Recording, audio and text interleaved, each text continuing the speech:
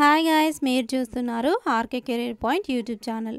Friends, ఈ వీడియోలో ఈనాటి ప్రముఖ దినపత్రికల్లో వచ్చినటువంటి ముఖ్యమైన ఉద్యోగ వార్తలు అండ్ అలాగే ఇంపార్టెంట్ కరెంట్ అఫైర్స్ అప్డేట్స్ అయితే చూద్దాము. వీడియోని ఎక్కడ కూడా స్కిప్ చేయకుండా చివరి వరకు చూసినట్లయితే మీకు పూర్తి వివరాలు అనేవి తెలుస్తాయి. గ్రూప్ 1 ఉద్యోగాలకు సంబంధించినటువంటి అప్డేట్స్, డిఎస్సికి సంబంధించిన అప్డేట్స్ అండ్ అలాగే సింగరేణిలోని ఉద్యోగాలకు సంబంధించినటువంటి అప్డేట్స్ అండ్ అలాగే కొన్ని ముఖ్యమైనటువంటి నోటిఫికేషన్లకు సంబంధించినటువంటి అప్డేట్స్ కూడా ఉన్నాయి. ఎవరైతే వీడియో చూస్తున్నారో మీకు కరెంట్ అఫైర్స్ టెస్ట్లు కనుక ప్రాక్టీస్ చేయాలని ఉన్నట్లయితే డిస్క్రిప్షన్లో లింక్స్ ఉంటాయండి. వాటికి సంబంధించి క్లిక్ చేసి మీరు డైలీ ఫ్రీగా కరెంట్ అఫైర్స్ టెస్ట్లు అయితే ప్రాక్టీస్ చేసుకోవచ్చు. ఇక లేట్ చేయకుండా ముందుగా వీడియోని అయితే స్టార్ట్ చేసేద్దాం. గ్రూప్ 1కి సంబంధించినటువంటి అప్డేట్స్ ఏంటి అనేది చూద్దాము. 1:50 ఫైనల్. గ్రూప్ 1 ప్రిలిమ్స్ ఫలితాలపై సర్కారు మంకుపట్టు. అభ్యర్థులు 1:100 కోరుతున్నా కూడా పట్టించుకొని టీజీపీఎస్సీ. గ్రూప్ 2, గ్రూప్ 3 పోస్టుల పెంపు అభ్యర్థనలు బుట్టదాఖలు. ఉద్యమము మరింత ఉధృతం చేస్తామన్న నిరుద్యోగ జేఏసీ. ఇక వివరాల్లోకి వెళ్తే, నిరుద్యోగులను ఎప్పటి నుంచో ఊరిస్తున్న Telangana public service commission group 1 prelims పరీక్ష ఫలితాలు త్వరలో రానున్నాయి. వారంలోగా ఎప్పుడైనా కూడా విడుదలయ్యే అవకాశాలు ఉన్నట్టు తెలుస్తోంది. గతంలో మెయిన్స్కు ఎంపికైన ఈ మారు అవుతామో లేదోనని, అవకాశం కోల్పోతామేమోనని అభ్యర్థుల్లో భయం నెలకొంది. దీంతో గ్రూప్ 1 మెయిన్స్కు 1:100 రేషియోలో ఎంపిక చేయాలని ఉద్యమమే చేస్తున్నారు. టీజీపీఎస్సీ పట్టించుకోవడం లేదు. ప్రభుత్వము తమ వినతిపై నిర్లక్ష్యం ప్రదర్శిస్తున్నదని అభ్యర్థులు ఆందోళన చెందుతున్నారు. ఇక ఎట్టి పరిస్థితుల్లో కూడా 1:100 రేషియోలో తీసేది లేదంటూ కూడా ప్రభుత్వం స్పష్టం చేసింది. ఇక నెక్స్ట్ అప్డేట్ చూసినట్లయితే, గ్రూప్ 1లో ఉప విద్యాశాఖ అధికారుల పోస్టులు. పాఠశాల విద్యాశాఖ ప్రతిపాదనలు. ప్రభుత్వం అనుమతిస్తే 24 కొలువుల భర్తీ. వివరాలు చూసినట్లయితే, పాఠశాల విద్యాశాఖ పరిధిలోని ఉప విద్యాశాఖ అధికారుల పోస్టులను గ్రూప్ 1 ద్వారా భర్తీ చేసే అవకాశం కనిపిస్తోంది. ఈ మేరకు ప్రభుత్వానికి విద్యాశాఖ అధికారులు ప్రతిపాదనలు సమర్పించారు. సర్కారు పచ్చజెండా ఊపితే వచ్చే గ్రూప్ 1 నోటిఫికేషన్ ద్వారా 24 ఖాళీలను భర్తీ చేస్తారు. టీజీపీఎస్సీ అధికారులు సైతం ఈ పోస్టులను గ్రూప్ 1 ద్వారానే భర్తీ చేయాలని, ప్రత్యేక పరీక్ష అవసరం లేదన్న భావనతో ఉన్నట్లు సమాచారము. త్వరలో ఉద్యోగ క్యాలెండర్ను ప్రకటించేందుకు ప్రభుత్వం సమాయత్తమవుతోంది. అందులో భాగంగా గ్రూప్ 1లో ఉప విద్యాశాఖ అధికారుల ఖాళీలను కూడా చూపవచ్చని తెలుస్తోంది. ఇక పీజీతో పాటు బీఈడీ ఉంటేనే, ఏదైనా డిగ్రీ విద్యార్హత ఉంటే చాలు గ్రూప్ 1 ఉద్యోగాలకు పోటీ పడవచ్చు. అయితే డిప్యూటీ ఈఓ కొలువులకు మాత్రము పోస్ట్ గ్రాడ్యుయేషన్ పీజీతో పాటు బీఈడీ విద్యార్హత ఉండాలి. ఒకవేళ బీఈడీ లేకుంటే సర్వీస్లో చేరిన తర్వాత చేయవచ్చు. పీజీ మాత్రము తప్పనిసరిగా ఉండాల్సి ఉంటుంది. ఇక అనుమతి ఇచ్చి ఏడాదిన్నర దాటిన పోస్టుల వివరాలు చూద్దాము. పాఠశాల విద్యాశాఖ పరిధిలో 134 ఉద్యోగాలను టీజీపీఎస్సీ ద్వారా భర్తీ చేసేందుకు ఆర్థిక శాఖ 2022 నవంబర్ 12న అనుమతి ఇచ్చింది. అందులో 24 ఉప విద్యాశాఖ అధికారుల పోస్టులు, 110 అధ్యాపక పోస్టులు, అలాగే సీనియర్ అధ్యాపక ఖాళీలు కూడా ఉన్నాయి. రాష్ట్రంలో మొత్తం 72 డిప్యూటీ ఈఓ పోస్టులు ఉండగా వాటిలో 33% క్రింద 24 ఖాళీలను నోటిఫికేషన్ ద్వారా భర్తీ చేయాల్సి ఉంది. అయితే ఏడాదిన్నర గడిచినా ఇంకా నోటిఫికేషన్ వెలువడలేదు. ఈ పోస్టులను భర్తీ చేయాలంటూ ఇటీవలే టీజీపీఎస్సీని పాఠశాల విద్యాశాఖ కోరింది. ఇక దీనికి సంబంధించి ఇంకా అప్డేట్స్ అయితే రానున్నాయి. అంటే ఈ యొక్క పోస్టులని గ్రూప్ 1లో కలుపుతారా లేదా అనేది వేచి చూడాల్సినటువంటి అంశము. ఇక నెక్స్ట్ అప్డేట్ చూసినట్లయితే, డిఎస్సి వాయిదా కోసము 8న చలో డిఎస్సి. వివరాలు చూస్తే, డిఎస్సి పరీక్షలను 3 నెలల పాటు వాయిదా వేయాలని డిమాండ్ చేస్తూ ఈ నెల 8వ తేదీన డైరెక్టరేట్ ఆఫ్ స్కూల్ ఎడ్యుకేషన్ ముట్టడికి నిరుద్యోగ జేఏసీ అభ్యర్థులు పిలుపునిచ్చారు. టెట్ పరీక్షలు నిర్వహించినటువంటి వెంటనే డిఎస్సి నిర్వహించే విషయంపై అభ్యర్థులు తీవ్రంగా వ్యతిరేకిస్తున్నారు. రెండింటి సిలబస్ వేరు కావడము, డిఎస్సి ప్రిపరేషన్కు తగిన సమయం లేకపోవడంతో అభ్యర్థులంతా కూడా డిఎస్సి పరీక్షలను వాయిదా వేయాలని డిమాండ్ చేస్తున్నారు. అక్టోబర్లో పరీక్షలను నిర్వహించి వచ్చే ఏడాది జూన్లో పోస్టింగ్స్ ఇవ్వాలని అభ్యర్థులు డిమాండ్ చేస్తున్నారు. అంతవరకు విద్యా వాలంటీర్లను నియమించాలని కోరుతున్నారు.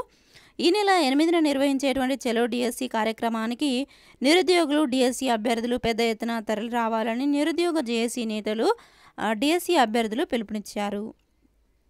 ఇక డిఎస్సి అభ్యర్థుల యొక్క ప్రధాన డిమాండ్లు ఏంటి అంటే డిఎస్సి పరీక్షలను 3 నెలల పాటు వాయిదా వేయాలి, పరీక్షలను ఆన్లైన్లో నిర్వహిస్తుండటంతో నార్మలైజేషన్పై స్పష్టత ఇవ్వాలి, పీఈటీ స్కూల్ అసిస్టెంట్ పోస్టులు తక్కువగా ఉన్నాయి, ఆయా అభ్యర్థులకు న్యాయం చేయాలి, అన్ని పరీక్షలను ఒకేసారి నిర్వహించకుండా విడతల వారీగా నిర్వహించాలి, 5% రిజర్వేషన్లపై స్పష్టత ఇవ్వాలి.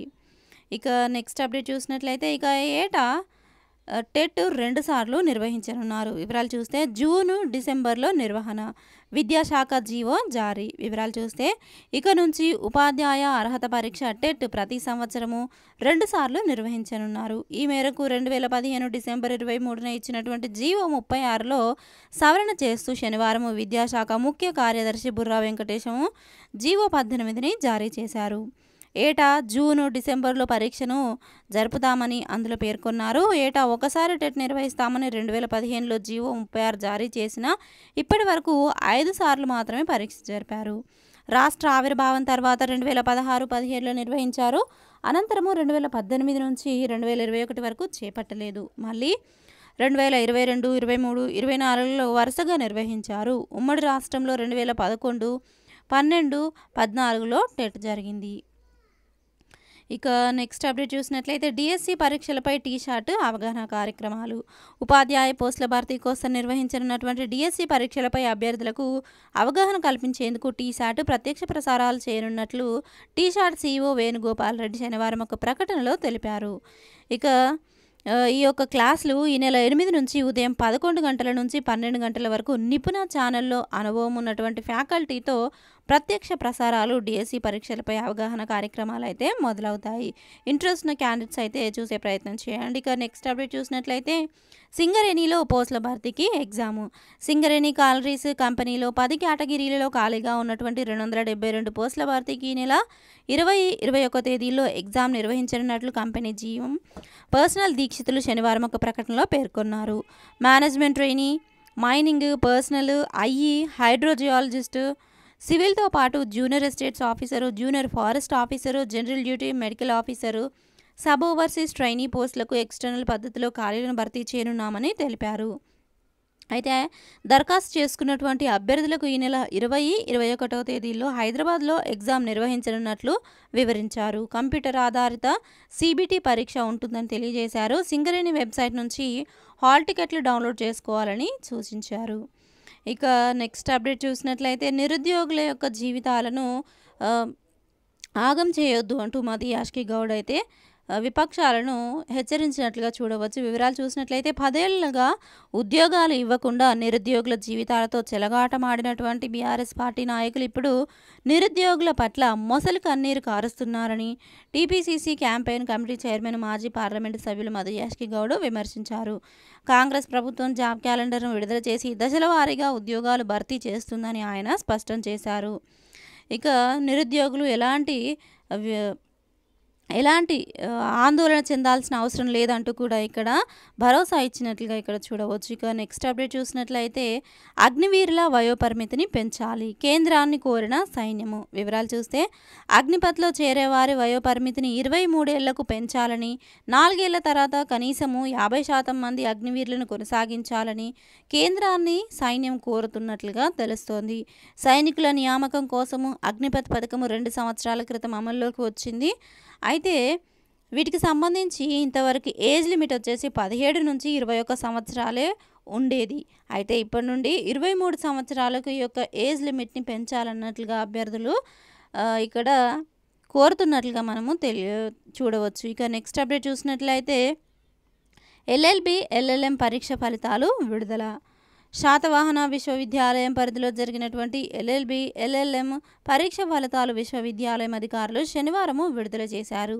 గత జూన్ నెలలో నిర్వహించినటువంటి ఈ పరీక్షల ఫలితాలను వెబ్సైట్లో www.shatavahana.ac.inలో అందుబాటులో ఉంచామని ఎస్యు పరీక్షల నియంత్రణ అధికారి ఒక ప్రకటనలో తెలిపారు. ఇక ముఖ్యమైనటువంటి నోటిఫికేషన్కి సంబంధించిన డీటెయిల్స్ చూద్దాము. బిజినెస్ డెవలప్మెంట్ ఎగ్జిక్యూటివ్ పోస్టులకు సంబంధించి హెచ్ఎల్ఎల్ లైఫ్ కేర్ లిమిటెడ్ ఒప్పంద ప్రాతిపదికన దేశవ్యాప్తంగా ఖాళీగా ఉన్నటువంటి Hindi translator, area sales manager, assistant regional manager, deputy manager, business development executive, service executive, business development executive, area sales manager పోస్టుల భర్తీకి మొత్తము 63 పోస్టుల భర్తీకి సంబంధించి నోటిఫికేషన్ అయితే రిలీజ్ చేశారు. వీటికి చివరి తేదీ జూలై 17, 2024. నెక్స్ట్ నోటిఫికేషన్ సంబంధించిన డీటెయిల్స్ చూద్దాము. ప్రాజెక్ట్ అసిస్టెంట్ పోస్టులు హైదరాబాద్ రాజేంద్రనగర్లోని ఐసీఏఆర్కు చెందినటువంటి Indian institute of millets research ఒప్పంద ప్రాతిపదికన project assistant, project manager, assistant project manager, plant manager, field manager ఖాళీల భర్తీకి ఆన్లైన్ మరియు ఆఫ్లైన్లలో ఇంటర్వ్యూలను నిర్వహిస్తోంది. ఆఫ్లైన్లలో నిర్వహించే పోస్టులకు జూలై 18, ఆన్లైన్లో నిర్వహించే పోస్టులకు జూలై 19 ఇంటర్వ్యూలు నిర్వహిస్తారు. ఇక నెక్స్ట్ నోటిఫికేషన్ వివరాలు చూద్దాము.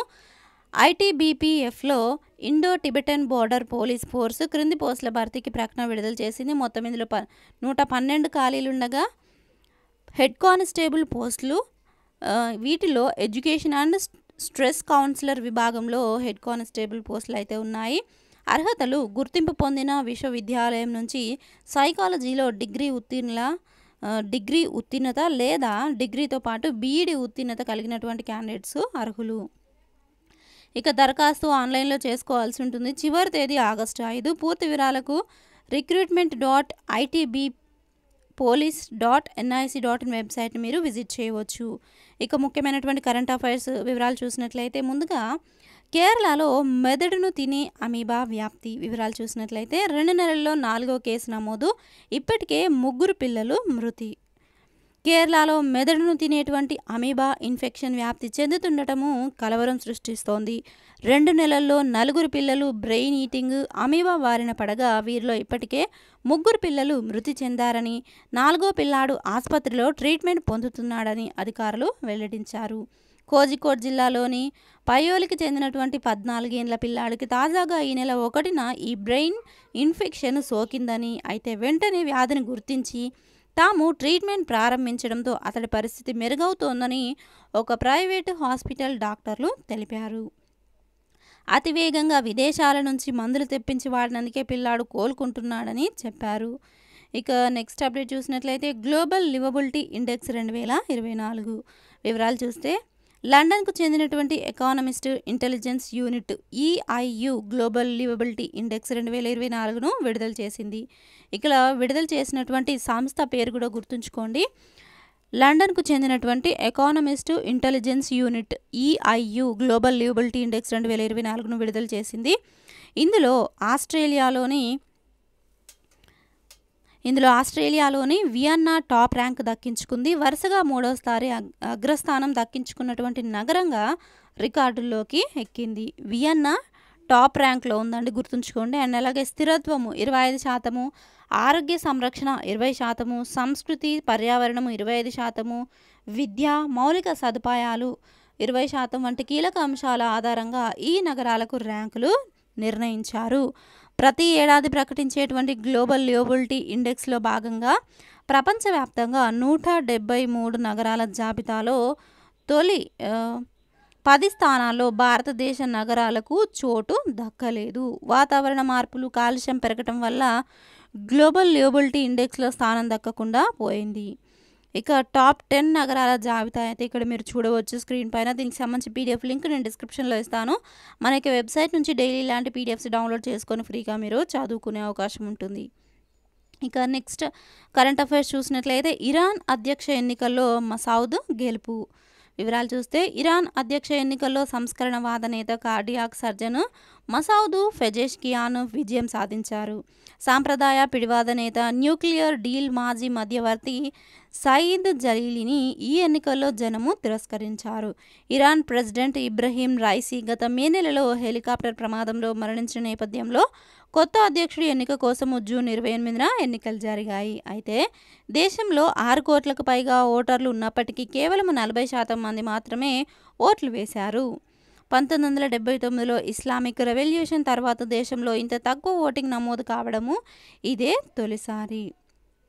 అయితే ఇక్కడ సంస్కరణవాదికే పట్టం కట్టినటువంటి జనము. భారత్ ఇరాన్ల మధ్య మరింత బలపడనున్నటువంటి బంధము. ఇక్కడ గుర్తుపెట్టుకోవాల్సింది ఆ యొక్క నేమ్ అండి. ఇరాన్ అధ్యక్ష ఎన్నికల్లో కార్డియాన్ సర్జన్ మసౌద్ పెజెష్కియాన్ విజయం సాధించారు. వీరి యొక్క పేరు గుర్తుంచుకోవాల్సి ఉంటుంది. ఇక నెక్స్ట్ కరెంట్ అఫైర్స్ చూసినట్లయితే తేలికపాటి స్వదేశీ యుద్ధ ట్యాంకు సిద్ధము. వివరాలు చూస్తే తూర్పు లద్దాఖ్లోని వాస్తవాధీన రేఖ వెంబడి చైనా దుందుడుకు చర్యలను అడ్డుకునేందుకు భారత్ అభివృద్ధి చేసినటువంటి తేలికపాటి యుద్ధ ట్యాంకు జోరావర్ సిద్ధమైంది. దీని పేరు వచ్చేసి జోరావర్ అండి. సో నేమ్ వచ్చేసి జోరావర్. తాజాగా దీనిపై పరీక్షలు మొదలయ్యాయి. ఈ ట్యాంకును పూర్తిగా స్వదేశీ పరిజ్ఞానంతో రక్షణ పరిశోధన అభివృద్ధి సంస్థ L&T సంయుక్తంగా రూపొందించాయి. ఇక్కడ గుర్తుపెట్టుకోండి, వీటిని ఏ సహకారంతో, ఏ సంస్థల యొక్క సహకారంతో అభివృద్ధి చేశారనేది కూడా అడగడం జరుగుతుంది. రక్షణ పరిశోధన అభివృద్ధి సంస్థ DRDO అండ్ అలాగే L&T సంయుక్తంగా వీటిని రూపొందించాయి. 25 టన్నుల బరువు ఉండేటువంటి జోరావర్ ట్యాంకును వాయు మార్గంలోనూ రవాణా చేయవచ్చు. చైనాతో ఉన్నటువంటి వాస్తవాధీన రేఖ వెంబడి శరవేగంగా మోహరించేందుకు వీలుగా ఉన్న దీన్ని డిజైన్ చేశారు. డ్రాగన్ కూడా ఇలాంటి ట్యాంకులను అక్కడ రంగంలోకి దించడంతో వీటి రూపకల్పనకు మన దేశము పూనుకుంది. 350కి పైగా జోరావర్ ట్యాంకులను మోహరించాలని భారత సైన్యం భావిస్తున్నట్లుగా ఇక్కడ తెలియజేశారు. ఇక నెక్స్ట్ స్పోర్ట్స్ కరెంట్ అఫైర్స్ చూసినట్లయితే వినేష్కు స్వర్ణము. గ్రాండ్ ప్రీ రెజ్లింగ్ ఛాంపియన్షిప్లో భారత స్టార్ వినేష్ పోగాట్ సత్తా చాటింది. 50 కేజీల విభాగంలో ఆమె స్వర్ణంతో మెరిసింది. ఫైనల్లో వినేష్ 10-5తో మారియా టిమేరాకోవా రష్యాకి చెందినటువంటి వ్యక్తిపై విజయం సాధించింది. అంతకుముందు వరుసగా మూడు అవుట్లలో భారత స్టార్ తేలిగ్గా నెగ్గింది. ఇక తొలి రౌండ్లో గుజ్మన్ పై 12-4తో విజయం సాధించినటువంటి వినేష్ తర్వాత క్వార్టర్స్లో మాడిసన్ను కూడా మ్యాట్ పైకి పడేసి విజయాన్ని అందుకుంది. అలాగే ఈనాటి న్యూస్ పేపర్లోని నమస్తే తెలంగాణ న్యూస్ పేపర్లోని నిపుణలో డిఎస్సి అండ్ అలాగే గ్రూప్స్కి యూజ్ అయ్యే విధంగా ఉద్యమ చరిత్ర టాపిక్ పైన ఇంపార్టెంట్ బిట్ బ్యాంక్ అయితే ప్రొవైడ్ చేశారు. ఇంట్రెస్ట్ ఉన్న క్యాండిడేట్స్ నేను డిస్క్రిప్షన్లో ఒక పీడిఎఫ్ లింక్ ఇవ్వడం జరుగుతుంది. డౌన్లోడ్ చేసుకొని చదివే ప్రయత్నం చేయండి. అలాగే డిఎస్సికి సంబంధించి విద్యా చారిత్రక దృక్పథాలు అనే టాపిక్ పైన బిట్ బ్యాంక్ అయితే ప్రొవైడ్ చేశారు. చదవాలి అనుకున్న క్యాండిడేట్స్ డౌన్లోడ్ చేసుకొని చదివే ప్రయత్నం చేయండి. సో ఫ్రెండ్స్, చూసారు కదా, ఇది ఈ రోజుకి సంబంధించినటువంటి ముఖ్యమైన ఉద్యోగ వార్తలు అండ్ అలాగే కరెంట్ అఫైర్స్ అప్డేట్స్. ఈ వివరాలు కనుక మీకు నచ్చినట్లయితే తప్పకుండా వీడియోని లైక్ చేయండి. ఇలాంటి అప్డేట్స్ కోసం మన ఛానల్ని సబ్స్క్రైబ్ చేసుకొని డైలీ ఫాలో అవుతుండండి. Thank you friends, thanks for watching this video. Have a nice day. Bye.